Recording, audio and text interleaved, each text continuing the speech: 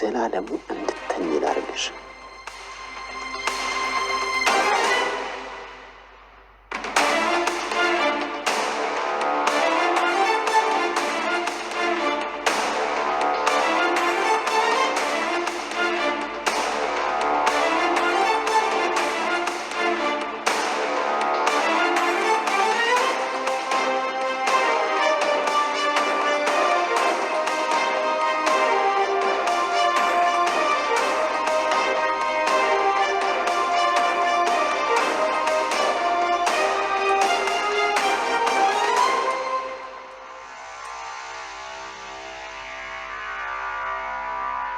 ይቅርታ የግድ ማድረግ ስላለብኝ ነው።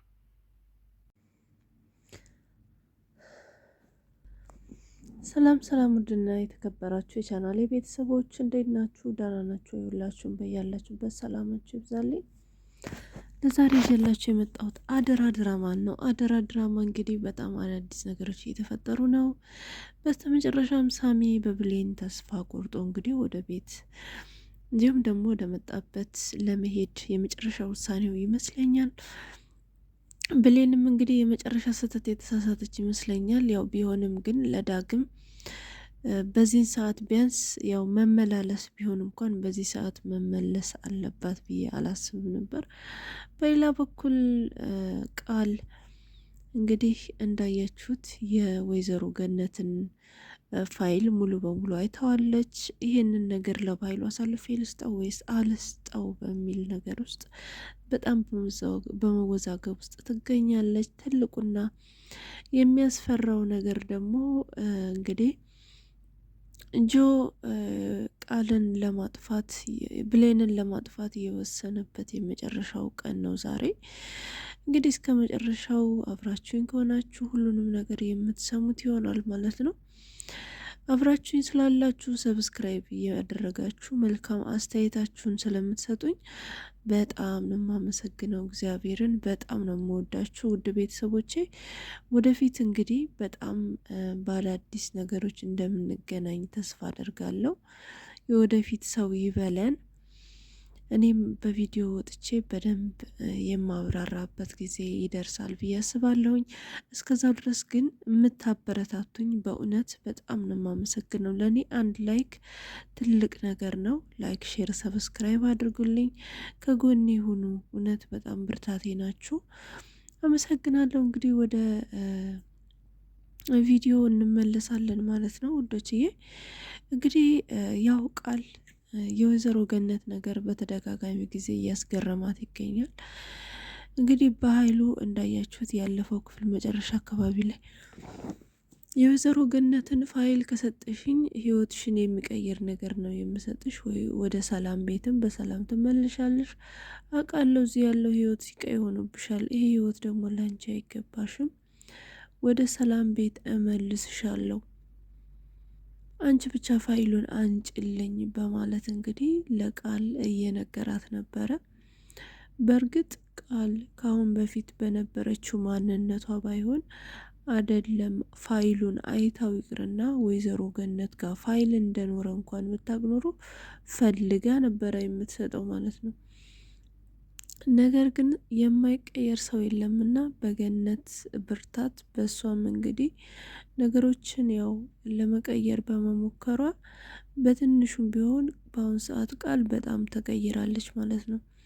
እንግዲህ ወደ አይምሯ በጣም የተለያዩ ሀሳቦች እየመጡ ተመልክተናል። ወይዘሮ ገነት አንቺ የምትበይው አጥተሽ ለእኔ ስትጨነቂ ነበረ። አንቺን የመክዳት አቅም ከየት አገኛለሁኝ? ሁለተኛ መልሼ አንቺን ልከዳሽ? ደግሞ እኮ የዛን ጊዜ ወድቄ ማንም ሰው ትቶኝ በጎዳና ላይ ወድቄ ባለው ሰዓት ያነሳሽኝ አንቺ ነሽ። እናቴ እንኳን ሳትቀር ጨክናብኝ ነበረ፣ በኃይሉም ጨክኖብኝ ነበረ። አንቺን አሁን ምን ብዬ ነው የምከዳሽ? ምን ብዬ ነው ይህንን ፋይል ለባይሉ የምሰጠው? በጭራሽ አላደርገውም እያለች እንቅልፍ ሁሉ ነስቷት ቁጭ ብላ ብቻዋን እያወራች ተመልክተናታል። ይህንን ያየችው ገነትም ይህች ልጅ ምን ሆና ነው? ለምንድን ነው እንደዚህ የምትጨነቀው? ለምንድን ነው ቁጭ ብላ ተከዛ ያለችው? ይህኔ እኮ ካሁን በፊት የኖረችበትን ህይወት እያሰበች ይሆናል። ይሄ ደግሞ ቤት አልተመቻትም፣ እኔም ተጭኛታለሁ። ይች ልጅ ብቻ አይምሯ እንዳይነካ ነው የምፈራው እያለች እንግዲህ ብቻዋን እያወራች ነበረ። ፀሐይም እንግዲህ ምን ነው ገነት፣ አንቺም እኮ የተጨነቅሽ ትመስያለሽ ትላታለች። አይ ፀሐይ ቃልን ተመልክተሻታል፣ ግን በጣም እኮ እየተከዘች ነው። አንዴ ትስቃለች፣ አንዴ ደግሞ ታዝናለች። ስለዚህ ለምን ይመስልሻል እኔች ልጅ አይምሮ እንዳይነካ እፈራለሁ። ከአሁን በፊት የኖረችበት ህይወትና አሁን ያለችው ህይወት ደግሞ በጣም ይለያያል። በዛ ምክንያት ጭንቅላቷ እንዳይነካ ስለምፈራ ነው ትላታለች። ፀሐይም እንግዲህ አይገነት በጣም አረመኔውን ሰው የሚገለውን ሰው ሊገልሽ የመጣውን እንኳን ዱላውን እያስጣልሽ በቃ የፍቅር ሰው ታደርጊዋለሽ ወይስ ተጠራጥረሻት ነው ቃልን ብሌንን ትላታለች። በጭራሽ ቃልን አልጠራጠራትም፣ ግን በቃ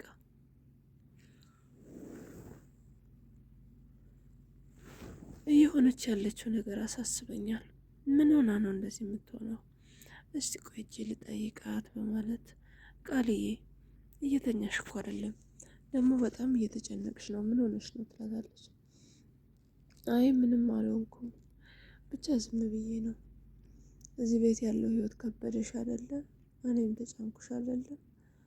በማለት እንግዲህ ገነት በጣም አዝና መጣሁ ብላ ወደ ውጭ ወጣ ትልና እንግዲህ ከአሁን በፊት ያጠራቀመችው ለልጆቿም ለራሷም ያጠራቀመችው ገንዘብ ስለነበራት እሱን አንስታ እንግዲህ ይኸውልሽ ቃል ልብስም የለሽም መቀየሪያ የለሽም፣ ከአሁን በፊት የኖርሽውን ህይወት አሁን እየኖርሽ አይደለም። ስለዚህ በዚህ ብር ሄደሽ ነገ ልብስ ትገዣለሽ፣ የፈለግሽውን ልብስ ግዢና ነይ ትላታለች። እንግዲህ በዚህ ድሃ አቅሟ የምትበላው አታ የራባት የምታድር ሴት ለዚህ ለሀብታም ልጅ እንግዲህ ልብስ መግዛት ማለት አይደለም እሷን ለመክዳት ይቅርና ማሰቡ ራሱ ጸጸት ውስጥ ያስገባል ማለት ነው። እና ከዛም በኋላ እንግዲህ ቃል በጣም ነበር የተጨነቀችው። እንዴት እንደዚህ ታደርጊያለሽ? አንቺ እኮ ምን በላዋተሽ ከእናቴ ላይ እንኳን ስትለምኝ የተከለከልሽ ሴት ነሽ። ስለዚህ እንዴት ለእኔ ታስቢያለሽ ይሄንን? እኔ እኮ ከአሁን በፊት ለአንቺ ማስበውን ታውቂ ነበር አይደለም? እባክሽን ይሄን ነገር መቀበል አልችልም ትላታለች። እንግዲህ ገነትም ቃልዬም እያልሽ ነው እያራቅሽ ነው እንዴ? እኔ እኮ እንደ ልጄ ነው የማይሽ። በጭራሽማ ሊሆን አይችልም። በቃ ነገ አብረን ሱቅ እንሂድና ትገዣለሽ፣ እስከዛው ግን ብሩን ያዥው ብላት እንግዲህ ቃልም እኔ ግን ምን አይነት ማረባ ሰው ነኝ? እሷ የምትበላው አታ ለእኔ ልብስ ለመግዛት ትጨነቃለች፣ እኔ ደግሞ እሷን ስለመክዳት እወዛገባለሁ። ምን አይነት ማረባ ሰው ነኝ? በጭራሽም እሷን ልከዳት አልችልም። ነገር ግን ያንን ነገር ባገኝ ህይወቴን የሚቀይር ነገር ላገኝ እችላለሁ።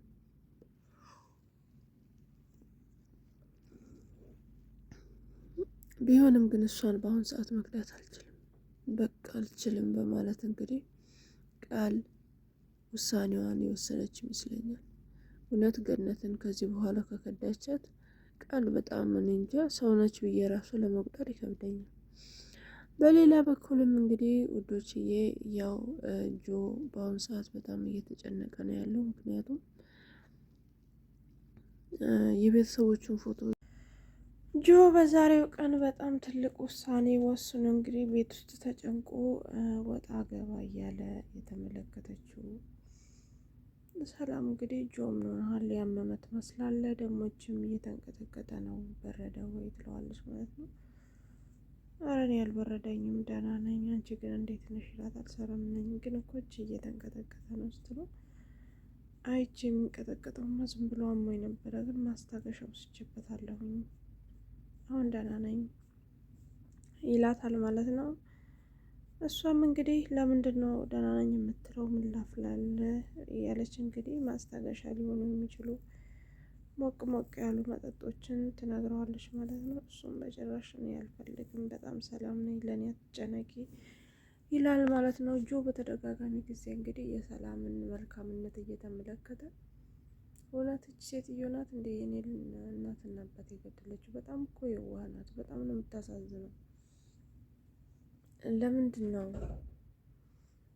እች ሴትዮ ገደለቻቸው የማይመስለኝ እያለ እንግዲህ አይ ቃሌንማ ማክበር አለብኝም እያለ ወደ ቃሉም ሲመላለስ ተመልክተናል።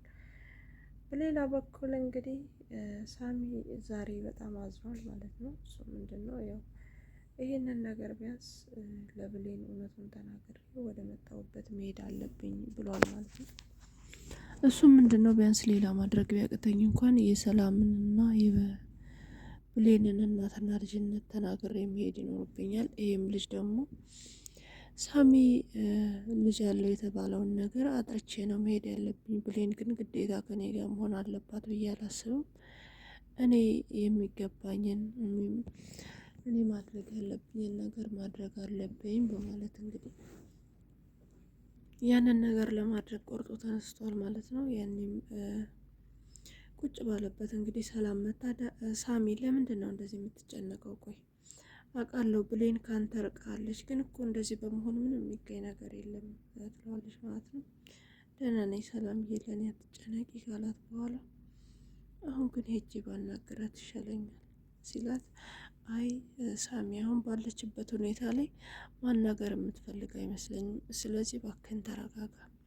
አይ ነገሮች በቆዩ ቁጥር እየተበላሹ ነው የሚሄዱት። ስለዚህ ዛሬ መናገር አለብኝ በማለት እንግዲህ ወደ ብሌን ሄድና ብሌን እንደምነግርሽ ነገር አለ። ለምንድን ነው ጀርባሽን የሰጠሽኝ?